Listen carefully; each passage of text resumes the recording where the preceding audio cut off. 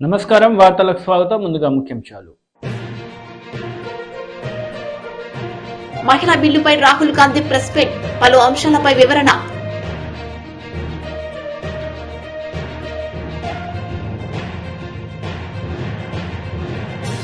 మంత్రి ఆర్కే రోజా మీడియా సమావేశం, బాలయ్యపై ఫైర్, దమ్ముంటే హైకోర్టులో మీసం మెలయ్యంటూ సవాలు.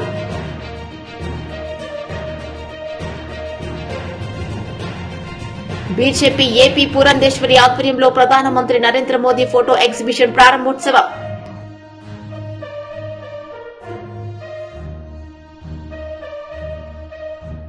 ప్రధాని నరేంద్ర మోదీ నేతృత్వంలో మహిళా రిజర్వేషన్ బిల్లును పార్లమెంటుకు తీసుకురావడం హర్షించదగిన పరిణామం, రాజ్యసభ సభ్యులు లక్ష్మణ్ వెల్లడి.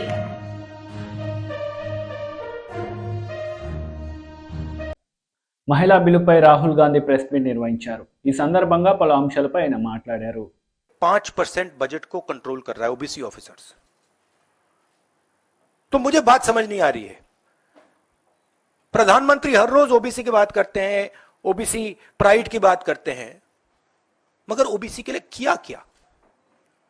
अब जब मैंने ये बात बोली, उनका रिस्पॉन्स बड़ा इंटरेस्टिंग है। वो कहते हैं कि लोकसभा में हमारा रिप्रेजेंटेशन है। लोकसभा में रिप्रेजेंटेशन का क्या लेना देना है? मैं कह रहा हूं कि बजट डिसीजन जो लेते हैं, जो बजट को ऑफिसर्स हैं, जो बजट को कंट्रोल करते हैं, 5% ओबीसी निर्णय ले रहे हैं।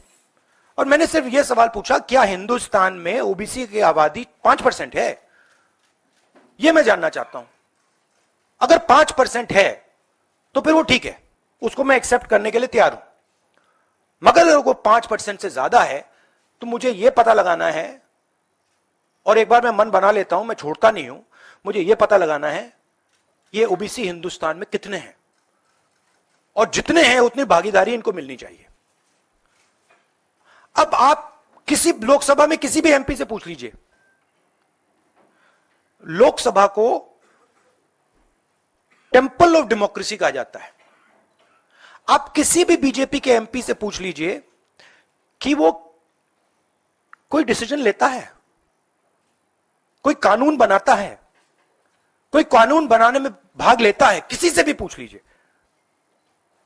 बिल्कुल नहीं। ना कांग्रेस का एमपी इस लोकसभा में, ना बीजेपी का एमपी, ना कोई और इंडिया का एमपी कोई डिसीजन लेता है। मतलब एमपीज को जैसे मंदिर में मूर्ति होती है वैसे मूर्तियां बना रखी हैं, और ओबीसी की वहां पे मूर्तियां भर रखी हैं, मगर पावर बिल्कुल नहीं है, देश को चलाने में कोई भागीदारी नहीं है। यह सवाल मैंने उठाया है कि क्या, और हर ओबीसी युवा को यह समझना है कि क्या आपको इस देश को चलाने में भागीदारी मिलनी चाहिए, हां या ना? अगर मिलनी चाहिए तो क्या आपकी आबादी 5% है, हां या ना? यह सवाल है। और डिस्ट्रैक्शन इस बात से हो रहा है, बीजेपी को ये जो 2 पॉइंट्स हैं, महिला आरक्षण वाले, डिलिमिटेशन और सेंसस, इनको हटा देना चाहिए, और एकदम महिलाओं को जो इज्जत मिलनी चाहिए, जो रिस्पेक्ट मिलनी चाहिए, जो भागीदारी होनी चाहिए, उनको एकदम वो कर दें। और कास्ट सेंसस का जो हमने डेटा निकाला था उसको पब्लिक कर दें, तो सारे हिंदुस्तान के ओबीसी युवाओं को पता लग जाए वो हैं कितने, और नया सेंसस कास्ट बेसिस पे करें। Thank you.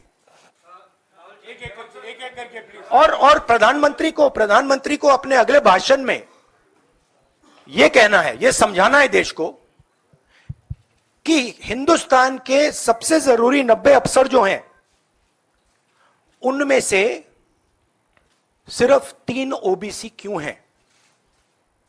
यह मेन सवाल है। और मैंने दलितों और आदिवासियों की बात ही नहीं की अभी।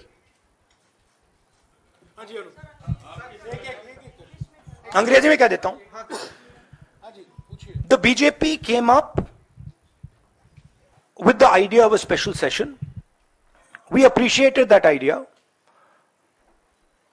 With a lot of fanfare and pomp, we moved from the old building to the new building. The Prime Minister, in a very dramatic gesture, carried the Constitution of India from the old building to the new building. And he said that he is passing a very important law. And we agree with him. Women's reservation is a central step in the empowerment of the women of India, and it is a critical step. But when we read the fine print, we found something very interesting.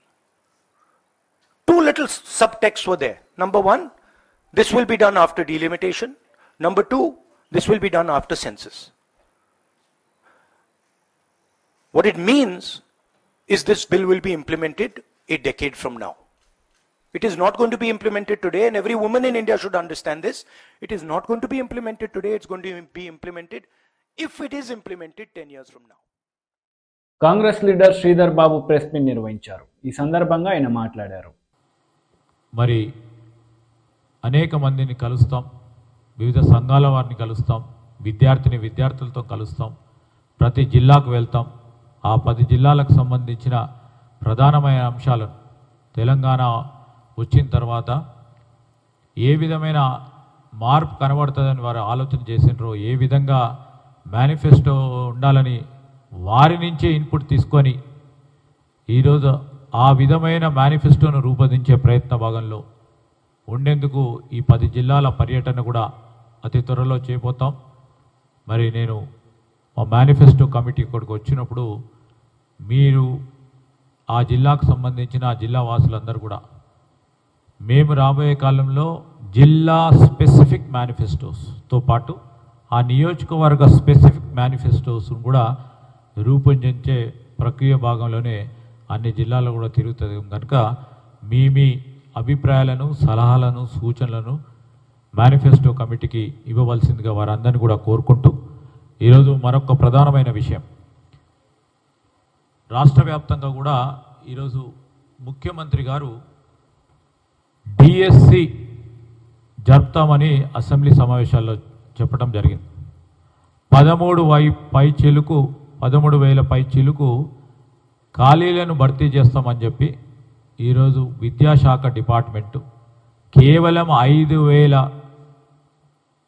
DSC notification ఇవ్వటం జరిగింది. ఆ notification BJP AP అధ్యక్షురాలు పురంధేశ్వరి ఆధ్వర్యంలో ప్రధానమంత్రి Narendra Modi photo exhibition ప్రారంభోత్సవం జరిగింది. ఈ సందర్భంగా బీజేపీ ఏపీ అధ్యక్షురాలు పురంధేశ్వరి మీడియాతో మాట్లాడారు.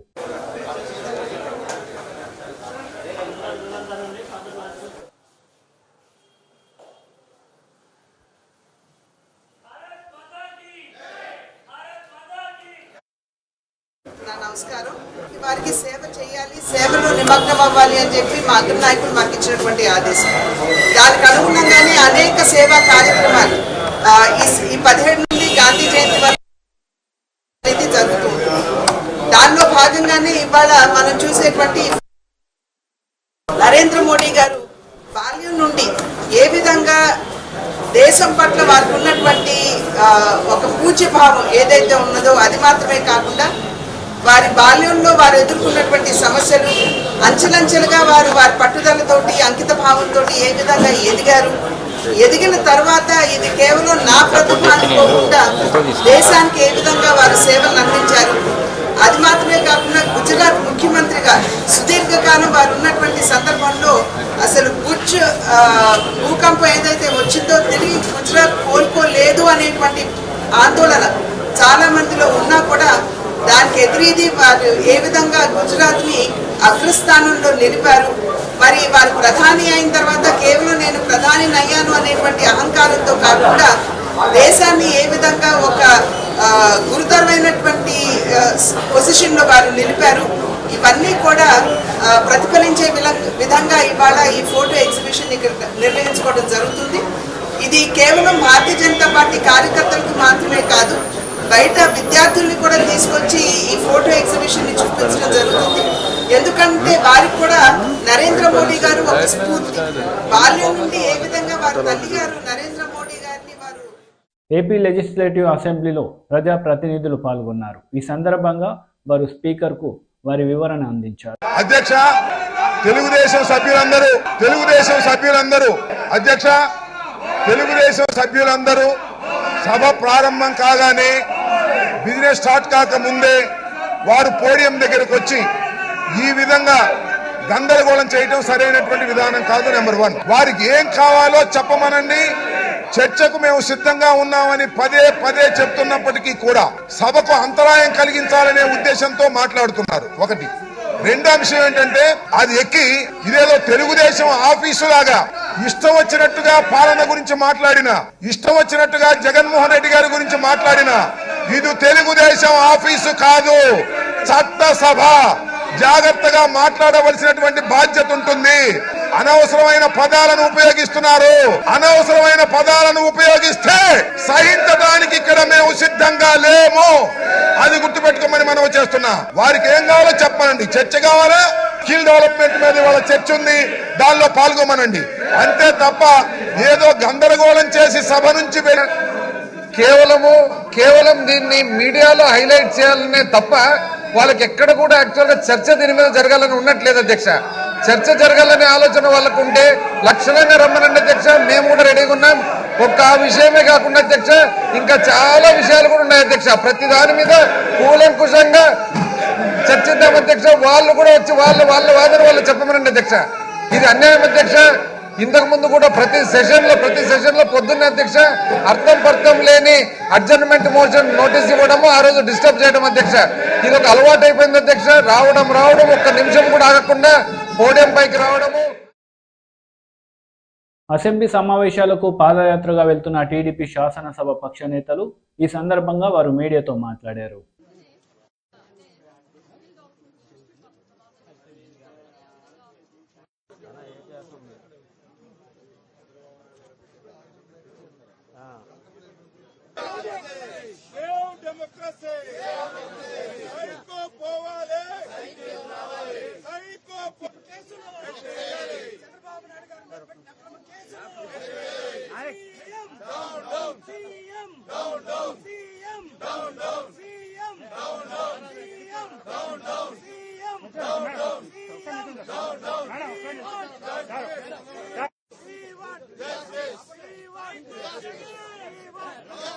చూస్తా ఉన్నారు. మేము అడుగుతా ఉన్నాం, ఈ దుర్భిత్తి పాలనకి చర్మాంకం పడికే రోజు వచ్చింది. ఇవాళ రాష్ట్ర వ్యాప్తంగా, ప్రపంచ వ్యాప్తంగా, దేశవ్యాప్తంగా వేలాది మంది, లక్షలాది మంది చంద్రబాబు గారి సంఘీభావం చెబుతున్నారంటే ఆయన తప్పు చేయలేదన్న భావంతో చేస్తా ఉన్నారు. ఇవాళ వ్యవస్థను మేనేజ్ చేస్తున్నాడు. తను తోచిన డబ్బుతో, దోపిడీ సొమ్ముతో వ్యవస్థను మేనేజ్ చేస్తున్నాడు. న్యాయ వ్యవస్థ కూడా ప్రభావితం చేయాలన్న ఆలోచన పనిచేస్తా ఉన్నాడు. పోలీస్ వ్యవస్థని దుర్వినియోగం చేస్తా ఉన్నాడు. అధికార దుర్వినియోగం చేస్తా ఉన్నాడు. ఇలాంటి నియంత్రణ అందరూ కాలగర్భంలో కలిసిపోయారు. హిట్లర్ ఉన్నాడా? ముస్సోలినీ ఉన్నాడా? ఇడి అమీన్ ఉన్నాడా? ఎవడున్నాడు? అందరూ కాలగర్భంలో కలిసిపోయారు నియంత్రణలంతా కూడా. నువ్వెంత? ఇంకెంత? 4 నెలలు. 4 నెలల భర్తమే నీకు మిగిలేది. నువ్వు ఏ విధానం అయితే అవలంబించావు ఇవాళ, అదే విధానం వచ్చే ప్రభుత్వం అవలంబిస్తే నీ బతికేంటో చూసుకో. ఎక్కడ ఉండబోతున్నావు? అండమాన్లో ఉండబోతున్నావా? నువ్వు దోచుకున్న సొమ్ము దాచుకున్న ఐలాండ్స్ పారిపోబోతున్నావా? నువ్వే నిర్ణయించుకో. ఎక్కడ పారిపోయినా ఈడ్చుకొస్తావు అందరినీ. ఎవరైతే తప్పుడు కేసులు పెట్టి దుర్బిత్తం ఎవరిస్తున్నారో, ఆయన 100 మందిలో పనిచేస్తున్నారో అలాంటి అధికారులందరికీ గుణపాఠం చెబుతాం. మేము ముందే చెబుతున్నాం, మీరు చట్టానికి బదులై పనిచేయండి. రాజ్యాంగం ఉంది, రాజ్యాంగ హక్కులు ఉన్నాయి, మాకు స్వేచ్ఛ ఉంది. మీరు స్వేచ్ఛను హరిస్తామన్నారు. 144, 30 సెక్షన్, 33 సెక్షన్ అంటూ మమ్మల్ని మా స్వేచ్ఛను హరిస్తే హర్షించేది లేదు. ప్రజా ఉద్యమం వస్తుంది, హెచ్చరిక చేస్తా ఉన్నాం.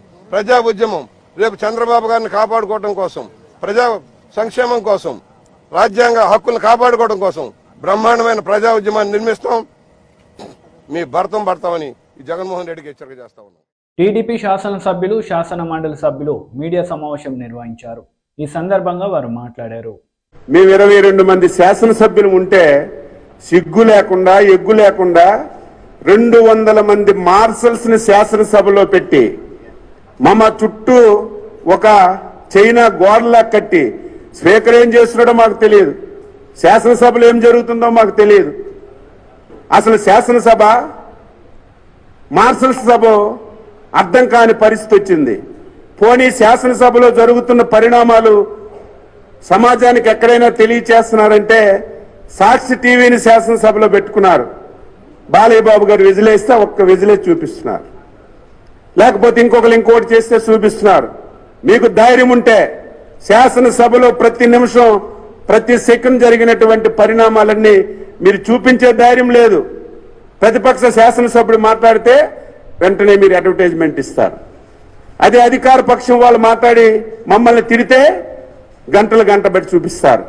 అందుకే మేము చేసిన తప్పు కాదు, స్పీకర్ వ్యవహరించినటువంటి తీరు వల్లే శాసనసభలో ఏం జరుగుతుందో సభ్య సమాజానికి తెలియచేయకుండా స్పీకరు నియంత్రిస్తున్నారు. కాబట్టే నెక్స్ట్ ఆప్షన్ మా సెల్స్ ద్వారా అయినా సరే కనీసం వాస్తవ పరిస్థితులు వీడియో ద్వారా తీసి బయటికి ఇవ్వాలనే ఉద్దేశంతో మేము వీడియో తీస్తే ఏదో ఎవరికో మర్డర్ చేసినట్టుగా, లేదా శాసనసభలో ఏదో బల్లలు ఎరగొట్టినట్టుగా, ఎవరి మీద దాడి చేసినట్టుగా శాసనసభ అంటే నేను ఇంతమంది స్కిల్డ్ స్టూడెంట్స్ ని ఇవ్వగలను, మా దగ్గర ఉన్నారు అన్నటువంటి మాటతోటే first Microsoft development centre outside Seattle మన ఆంధ్రప్రదేశ్కి వచ్చింది.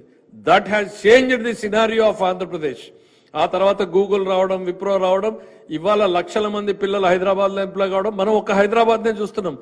ఆ బేస్ తో ప్రపంచ వ్యాప్తంగా వెళ్లిపోయినటువంటి పిల్లలు ఇవాళ రోడ్డెక్కి నిరసనలు తెలుపుతున్నటువంటి పిల్లలు ఎవరు అనంటే ఆ పాలసీ డెసిషన్ తో వచ్చినటువంటి వాళ్ళు. సినిమా చూపిస్తామని మంత్రులు చెప్తూ ఉన్నారు. ఇవాళ మీరు కాదు, ప్రపంచవ్యాప్తంగా ఉన్నటువంటి విద్యార్థులు, ప్రపంచవ్యాప్తంగా ఉన్నటువంటి ఉద్యోగస్తులు మీకు 3Dలో సినిమా చూపిస్తున్నారు. కళ్ళుంటే చూడమని చెప్పేసి ఈ పెద్దలకు నేను చెప్పదలుచుకున్నా. ఒక సెంటర్ కాదు, 2 సెంటర్లు కాదు, ఇప్పటికే దాదాపు 70-80 దేశాలలో ప్రదర్శనలు జరిగాయి చంద్రబాబు గారికి అనుకూలంగా, చంద్రబాబు గారికి మద్దతుగా. చంద్రబాబు గారిది తప్పు లేదు అనంటూ ప్రజలు నినదిస్తున్నారు, ఘోషిస్తుండే స్థాయికి వెళ్ళింది అనంటే ఒక్క పాలసీ నిర్ణయం ఎన్ని మార్పులు తీసుకొచ్చింది అనేటువంటిది. ఆ బ్యాక్డ్రాప్ లో విభజిత ఆంధ్రప్రదేశ్ లో మనది ప్యూర్లీ అగ్రేరియన్ స్టేట్, అగ్రికల్చర్ మీద, వ్యవసాయం మీద మాత్రమే ఆధారపడినటువంటి రాష్ట్రంగా నిలిచిపోయినటువంటి పరిస్థితుల్లో లక్షల మంది విద్యార్థులకు ఎట్లా ఎంప్లాయ్మెంట్ క్రియేట్ చేయాలి? ప్రతి సంవత్సరం 2.5 లక్షల మంది ఇంజనీరింగ్ లో నుంచి బయటకు వస్తున్నారు. వీళ్ళని ఎట్లా ఎంప్లాయ్మెంట్ క్రియేట్ చేయాలి? ఈ ఆలోచనతోటి చంద్రబాబు నాయుడు గారు చూస్తూ ఉన్నటువంటి తరుణంలో కరెక్ట్ గా సిమెన్స్ వాళ్ళు వచ్చి ప్రజెంటేషన్ ఇచ్చారు. అయ్యా, మేము ఇప్పటికే గుజరాత్ రాష్ట్రంలో ఒక స్కీమ్ టేకప్ చేశాము, ఆ గుజరాత్ మోడల్ మీరు స్టడీ చేయండి అనగానే వాళ్ళు 2 సార్లు ప్రజెంటేషన్ చేశారు. ఇన్ఫాక్ట్ చంద్రబాబు నాయుడు గారు వాళ్ళని పిలవడం కన్నా వాళ్ళు చంద్రబాబు నాయుడు గారు వెనకాల పడ్డారు. ఎందుకు అనంటే ఒక ప్రోగ్రెసివ్ చీఫ్ మినిస్టర్ స్టాంప్ మాకు వస్తే ఈ దేశంలో మాకు చాలా అనుకూలమైన వాతావరణం ఏర్పడుతుంది అని 2 సార్లు సిమెన్స్ మెయిన్ కంపెనీ రిప్రజెంటేటివ్స్ వచ్చి ప్రజెంటేషన్ ఇచ్చిన తర్వాత ఈ స్కిల్ డెవలప్మెంట్ సెంటర్ కాన్సెప్ట్ ని చంద్రబాబు నాయుడు గారు అర్థం చేసుకుని దెన్ గుజరాత్ కు పంపించడం జరిగింది. అవన్నీ మీకు స్లైడ్ లో వస్తాయి. ఎవరెవరు వెళ్ళారు.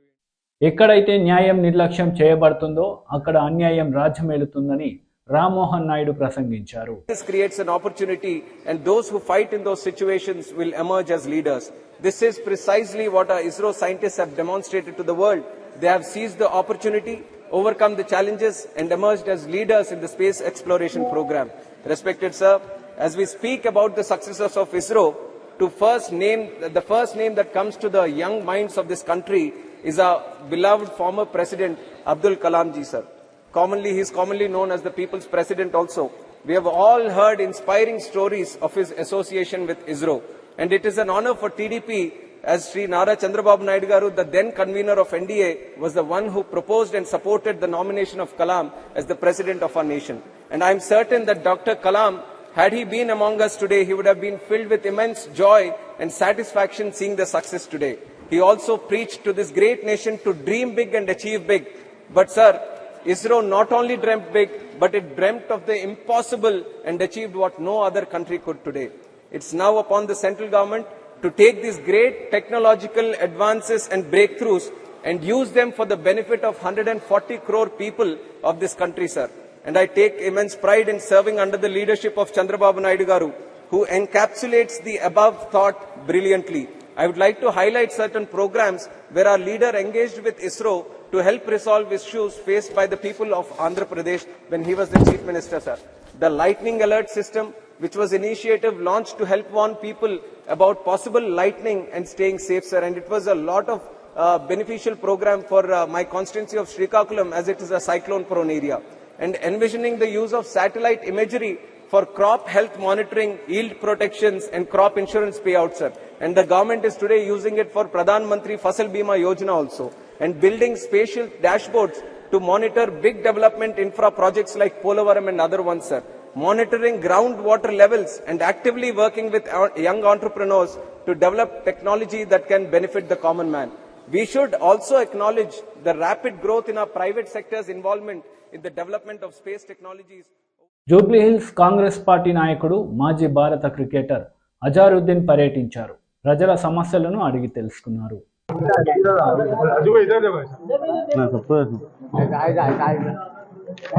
रिलीज कर लो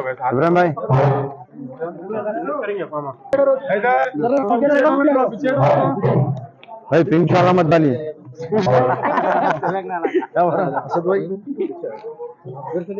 असद भाई उल्टा उल्टा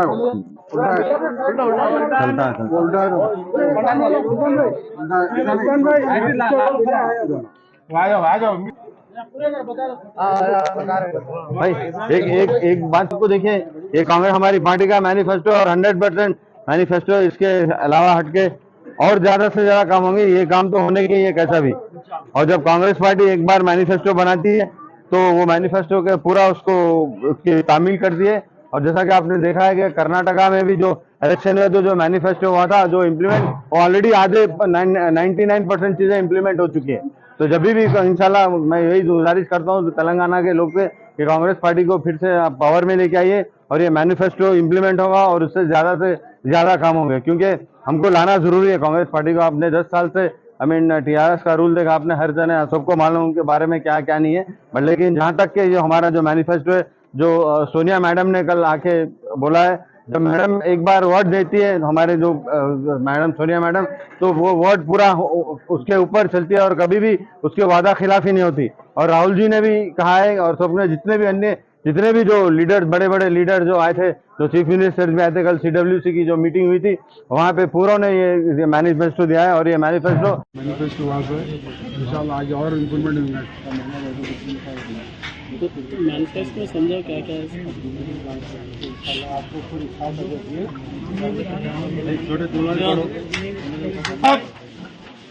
शरीफ साहब, अकबर शरीफ, हाँ साहब, आओ सामने, आओ साहब।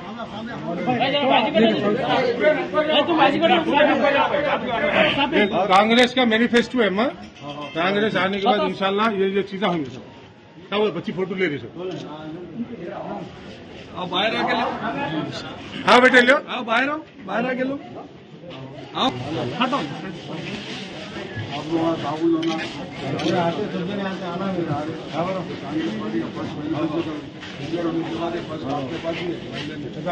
आप लोग नहीं करेंगे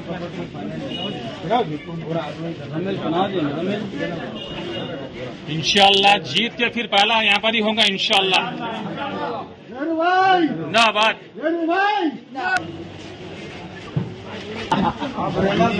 అన్ని లేడీస్ కి తీసుకోవాలి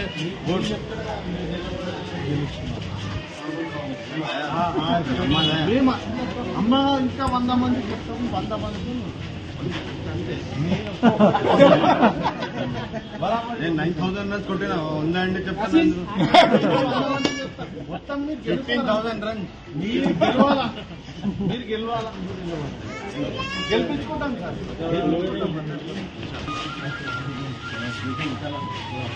कांग्रेस का आप लोग को बैटिंग करो, मैं तो बैटिंग आप भी बाप तो खाली जाके मैं तो आप लोग जैसे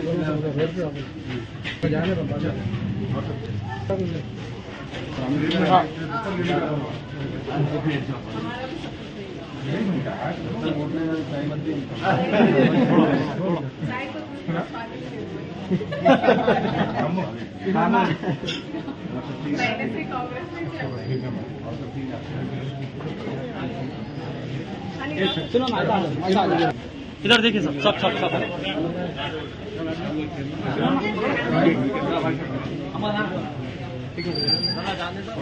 हमारा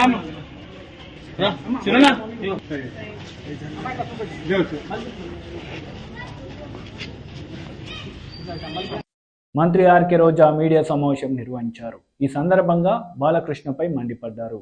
171 కోట్ల అవినీతి జరిగిన స్కిల్ స్కామ్ లో ఏ విధంగా కొట్టిన బాలకృష్ణ ఈరోజు తోక ముడిచి ఎందుకు అసెంబ్లీ నుంచి పారిపోయావు? మీసం తిప్పిన బాలకృష్ణ ఈరోజు అజెండాలో స్కిల్ డెవలప్మెంట్ స్కామ్ ఏదైతే డిస్కస్ చేయొచ్చు అని చెప్పగానే పారిపోయారు ఎందుకు? రోషం లేదా? లేదా మీ బావ తుప్పు కాదు నిప్పు అని చెప్పడానికి నీ మనస్సాక్షి ఒప్పుకోలేదని అడుగుతున్నాను. అసెంబ్లీకి వచ్చి ఏం మాట్లాడాలో తెలియని బాలకృష్ణ కేసులు కొట్టేయాలి అని ఎలా అరుపులు చేశారో మీ అందరూ కూడా చూశారు. చంద్రబాబు నాయుడు గారి సీటు మీద మనసు పడిందేమో, ఆ సీట్ ఎక్కి కూర్చోలేక నించోలేక బయట నుంచి కొనుక్కొచ్చిన విజిల్స్ వేస్తూ ఎలా చిల్లర చేష్టలు చేశారో మీ అందరూ కూడా చూశారు. మరి ఇప్పుడు హైకోర్టు మీ కేసులు ఏదైతే మీరు వేసిన పిటిషను కేసులు కొట్టేయమని చెప్పి అది కుదరదు అని చెప్పి మీరేసిన కేసును కొట్టేసిందంటే ఇప్పుడు ఏమంటావు బాలకృష్ణ నేను అడుగుతున్నా. అసెంబ్లీలో వచ్చి చిల్లర చేష్టలు చేయడం కాదు, నీకు దమ్ముంటే ధైర్యం ఉంటే హైకోర్టు దగ్గరికి వెళ్ళి జడ్జి గారి ముందర ఇలాగే తొడగొట్టి మీసాలు తిప్పి విజిల్స్ వేయండి, అప్పుడు తెలుస్తుంది నిజంగా ఎంత సిగ్గుచేటంటే ఈ తెలుగుదేశం పార్టీ వాళ్ళు అబద్ధాన్ని 10 సార్లు చెప్తే జనాలు నిజమని నమ్ముతారు అనుకొని చంద్రబాబు నాయుడు దేవుడు, చంద్రబాబు నాయుడు ప్రజల కోసం పోరాటాలు చేశాడు, ఆయన 2 తెలుగు రాష్ట్రాల కోసమే ఎప్పుడూ ఆలోచిస్తాడని వాళ్ళ కుటుంబ సభ్యులు చెప్తుంటే ప్రజలు అదే నిజం అనుకుంటారని వీళ్ళు అనుకుంటున్నారు. ఈరోజు జాతి పితల తానేమీ తప్పు చేయకపోతే తను జైల్లో పెట్టినట్టుగా పచ్చ ఛానళ్ళు చెప్తున్నాయి. ఆయన ఆ జాతికి పిత కాబట్టి ఆ జాతికి సంబంధించిన వాళ్ళకి బాధ ఉంటుందేమో కానీ ప్రజలకి ఎవ్వరికి కూడా బాధ లేదు. ఎందుకంటే ఇది ప్రజాధనాన్ని ముఖ్యమంత్రి స్థాయిలో కూర్చొని చంద్రబాబు నాయుడు ఏ విధంగా దోచుకున్నాడు, ముఖ్యంగా పేద పిల్లలకి సంబంధించిన ఈ స్కిల్ డెవలప్మెంట్ని పిల్లల చదువుకి కాకుండా తన దోపిడీకి ఉపయోగించుకున్నారన్న కోపం ప్రజల్లో ఈరోజు ముఖ్యంగా యువతలో ఎక్కువగా కనిపిస్తుంది. అందుకే ఎవరు కూడా ప్రజలు కానీ యువత కానీ చంద్రబాబు నాయుడు గారికి మద్దతుగా రోడ్డు మీదకి రాలేదు అన్న విషయం ఈరోజు అందరికీ అర్థమైన విషయం. అయినా కూడా సిగ్గు లేకుండా జగనన్న క్షమాపణ చెప్పాలి అని చెప్పి తెలుగుదేశం పార్టీ వాళ్ళు అడుగుతున్నారు. నేను అడుగుతున్నాను, జగనన్న ఎందుకు క్షమాపణ చెప్పాలి? ప్రజలు డబ్బు దోచుకున్న చంద్రబాబు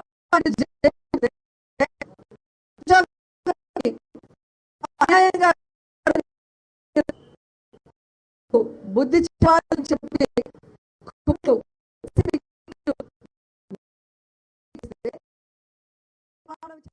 ప్రధాని నరేంద్ర మోడీ నేతృత్వంలో మహిళా రిజర్వేషన్ బిల్లును పార్లమెంటుకు తీసుకురావడం హర్షించదగిన విషయమని राज्यसभा सभ्युలు డాక్టర్ లక్ష్మణ్ అన్నారు. जी को धन्यवाद। मोदी जी के नेतृत्व में संभव इसीलिए हुआ, कई लोग तो कई साल से प्रयास किया जा रहा पर किसी से मुमकिन नहीं हुआ, मोदी जी से मुमकिन हुआ, इसलिए मोदी जी है तो मुमकिन है। जब मोदी जी सबका साथ सबका नारा लेते हैं तो समाज के भिन्न वर्गों के हित के लिए ये काम करते हैं। मैं कल से सुन रहा था, खास तौर से हमारे कांग्रेस भाई, हमारे बाकी क्षेत्रीय दल ओबीसी समाज के बारे में इतने हमदर्द बता रहे कि मुझे समझ में नहीं आता। जब भी ये महिला आरक्षण का मुद्दा आया, क्यों ओबीसी समाज का ये में जुड़ा जा रहा है समझ में नहीं आया, क्योंकि कांग्रेस तो हमेशा ओबीसी विरोधी है। नेहरूजी जमाने से लेकर आज राहुल गांधी तक एक इतिहास के पन्ने में अगर देखेंगे तो पता चलेगा, काका कलेक्टर कमीशन गठित किया नेहरू जी ने, तब से लेकर मंडल कमीशन तक जब जब समय समय पर ओबीसी समाज का आरक्षण का मुद्दा आया, ये कांग्रेस ने हमेशा खिलाफ किया। कम से कम काका कलेक्टर कमीशन को दोनों सदन में चर्चा तक नहीं करते हुए किस तरह तंडे बस्ती में डाल दिया गया ये कांग्रेस ने। और कांग्रेस ने आज मगरमच्छी के आज आंसू बहते हैं, trying to shed crocodile tears towards OBC. उतना ही नहीं, ये कांग्रेस नेता ने ये मंडल कमीशन सिफारिश के समय में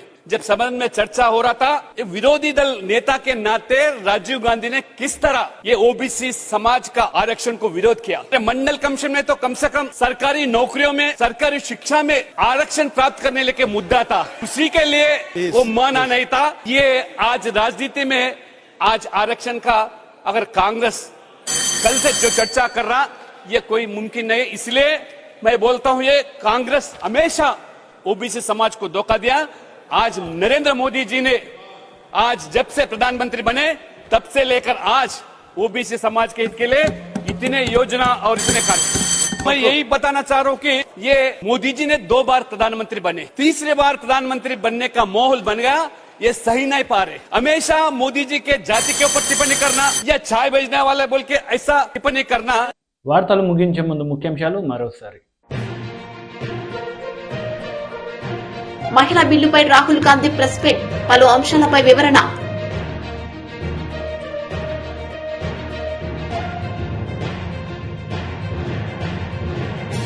మంత్రి ఆర్కే రోజా మీడియా సమావేశం, బాలయ్యపై ఫైర్, దమ్ముంటే హైకోర్టులో మీసం మెలయ్యంటూ సవాలు.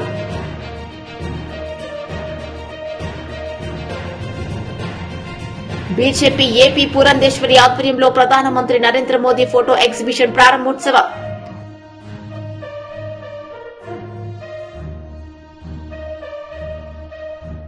ప్రధాని నరేంద్ర మోదీ నేతృత్వంలో మహిళా రిజర్వేషన్ బిల్లును పార్లమెంటుకు తీసుకురావడం హర్షించదగిన పరిణామం, రాజ్యసభ సభ్యులు లక్ష్మణ్ వెల్లడి.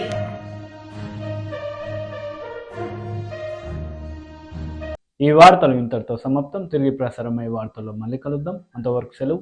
నమస్తే.